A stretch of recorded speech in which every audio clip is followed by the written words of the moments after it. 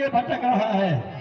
भटकने दे माँ, मैं यहाँ लौट करके राजमहल नहीं जाऊंगा। अरे तुम्हारे चलते तुम्हारे बेटा भटक रहा है पागल बन करके। भटकने दे माँ, अपना अपना कर्म से सब भटक रहा है। अरे इसी बीच में अग्निकुंड का राजा अग्नि सिंह ने तुम्हारे भाभी को सोए हुए निद्रा में उन्होंने डोला बना करके अग्निपुर ले गया है।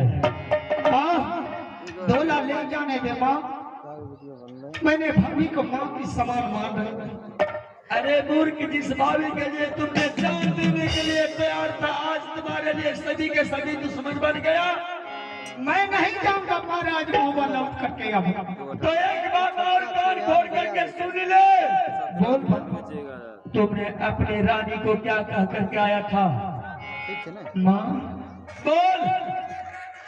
तुमने अपने रानी से बोल कर गया था कि मैं शिकार खेलने के लिए जा रहा हूँ। हाँ, ये बात उनको पता चल गया है बेटा। पता चल गई है। तुम जानते हो कि रानी फूला फूल की बराबर है। जब तो ठंडा होते है तो उसका हरापन निकलता है, और धूप में निकलती है तो उसको कुबला जाती है। बेटा, ये बात ध्यान से सुन ले। तुम्हारी रानी जिस दिन से ये बात सुनी है तो अपने मांगों का सिंदूर तो धो डाली है, 16 श्रृंगार 32 आभरण अपना शरीर से उतार डाली है। क्या? और वो अगर तुम एक क्षण भी अब देरी किया बेटा तो तुम्हारे आधे अंग के मालिक है वो। अगर तुमसे दूर रही, अगर तुम उसे छोड़ दिया तो तुम पाप का भागी बन जाओगे बेटा। नहीं नहीं माँ, इसलिए तुम अपने नारी के लिए, अपने पत्नी के लिए भी तो जा सकते हो। इतना तो कर बाबू, नहीं तो तुम्हारे मोआ किला विनाश हो चुका है। माँ, बेटा, मैं भाई साहब और भाभी जी और बेटा के लिए राजमहल नहीं जा रहा। तो फिर मैंने रानी को बताकर आया कि रानी मैं जंगल जा रहा हूँ। अब रानी को पता चल गई है कि मेरा स्वामी नाथ इस दुनिया में नहीं है। अगर माँ, अगर टाइम से मैं रानी के पास नहीं गया, हो सकता है हमसे पहले रानी अपना प्राण को त्याग देगी। देख बेटा, वो रानी तुम्हारे लिए क्या क्या नहीं करती है रे। अरे उस रंग में ना अकेली है, ना इंद्र बेटा है तुम्हारा, ना तुम्हारी भाभी है, ना तुम्हारे भाई साहब है, ना कोई नौरी है, ना कोई बदमाश है, कोई कुछ भी नहीं है उस रंग में। अरे पगली की तरह भटक रही है। जाके बेटा एक बार अपने रानी अर्धनारी है, अनादि की मालिक है, वो जान सती नारी है बेटा। अगर तुम उसके साथ में थोड़ा सा भी गलती किया तो तुम नरक में जाओगे। नहीं नहीं माँ, ठीक है माँ, अब मैं किसी साधु को नहीं सताऊंगा। अब मैं राजमहल जाने के लिए तैयार हूँ। तो जा बेटा, अब अपना राज को संभालना और अपने भाभी को वापस ले आना। प्रणाम प्रणाम माँ। आनंद रहो। मैंने रानी को बताया कि रानी मैं मर चुका हूँ। हो सकता है मैं इस जंगल में जिंदा रहूंगा और हमारा याद में रानी पगली बनकर मर जाएगी। इससे अच्छा मैं जितना जल्द हो सकता है मैं यहाँ से जाकर के रानी से मिल लेता हूँ।